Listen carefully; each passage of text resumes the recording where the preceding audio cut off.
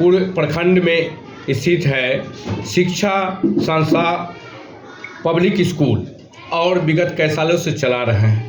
किस तरह मासूम बच्चे को शिक्षा देते हैं, छोटे छोटे बच्चे 4 साल के बच्चे को किस तरह से खेल खेल में पढ़ाते हैं, बताएं। जी सर, हमारा शिक्षा संस्कार पब्लिक स्कूल बबलदार में स्थित है। मैं इस स्कूल की देखरेख करती हूँ और यहाँ के प्राचार्य के रूप में यहाँ पे कार्यरत हूँ। आपने जैसे बात की छोटे छोटे बच्चों की, जो 4 साल के बच्चे हैं, 3 साल के, 4 साल के, 5 साल के बच्चे, उनको पढ़ाने के बारे में। सर, उन्हें खेल के माध्यम में से पढ़ाने का अभी का जो समय है, अभी डिजिटलाइजेशन हो गया है। हमारे जब बच्चे 2 साल के होते हैं, 2.5 साल के होते हैं, 3 साल के होते हैं, तो मम्मियाँ उन्हें मोबाइल पकड़ा देती हैं और दिखाते दिखाते खिलाना पढ़ाना सारे काम करवाती हैं। तो हमने भी वहीं से एक छोटा सा सीख लिया है।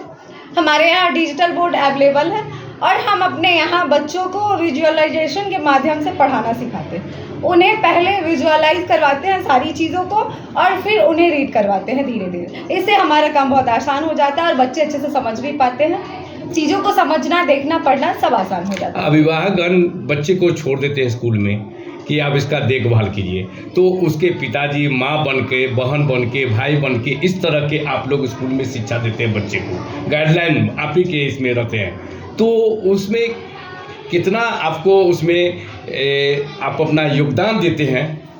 सर, मैं एक महिला हूँ, एक लड़की हूँ और महिला और लड़की के अंदर ये गुण तो स्वाभाविक है उनका, इसीलिए बनाया ही इसीलिए गया है महिलाओं को। और मैं इस पद पे कार्यरत हूँ तो मुझे बहुत खुशी होती है बच्चों की देखरेख करने में और मैं कोशिश करती हूँ कि अपने टीचर में मेरे अंदर जो भावना है उसे ट्रांसफ़र करूँ उनके अंदर और उनको भी प्रेरित कर सकूँ। और देखरेख की बात है तो बच्चों की देखरेख बिल्कुल माँ बहन जैसा कि आपने बताया उस रूप से करती हूँ मैं। बच्चों के लंच के टाइम में खाना का ध्यान रखना, किसने किया नहीं किया, ये सारी चीज़ें मैं अपने टीचर्स को भी बताती हूँ और खुद देखरेख करती हूँ। इसके लिए मेरे गार्जियंस भी खुश रहते हैं इस चीज़ के लिए कि हाँ, हमारे टीचर्स जो है देखरेख करते हैं अच्छे से।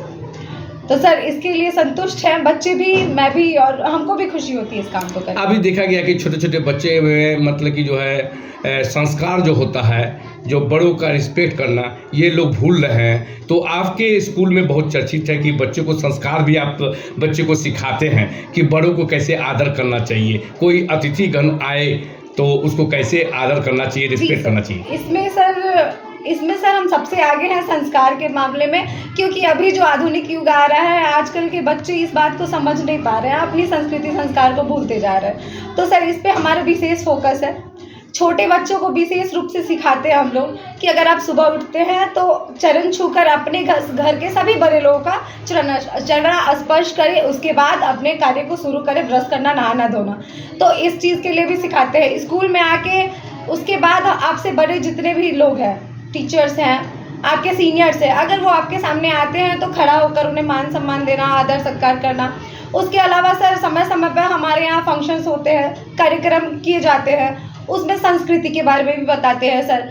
हमारा हर एक फंक्शन हमारी संस्कृति पे ही आधारित होता है, उसी से इंस्पायर होता है सर। तो अभी सत्र चल रहा है 2025-26 का नामांकन सत्र चल रहा है, तो अभिभावकगण से क्या अपील करना चाहेंगे? सर, मेरी बस यही अपील है कि सभी अभिभावकों से कि नए सत्र में अपने अपने बच्चों का एडमिशन हमारे यहाँ करवाएं और जो व्यवस्था है हमारे लिए यहाँ उसको देखें और संतुष्ट, हम अपनी तरफ से पूरी कोशिश करेंगे कि संतुष्ट रहे हमारे पेरेंट्स। होली आ रहा है और महाशिवरात्रि आ रहा है, रमजान आ रहा है, क्या बधाई देंगे? सर, सभी अभिभावकों को, सभी लोगों को हमारे शिक्षा संस्कार पब्लिक स्कूल की तरफ से होली की, ईद की और शिवरात्रि की बहुत बहुत बधाई सर। परिचय?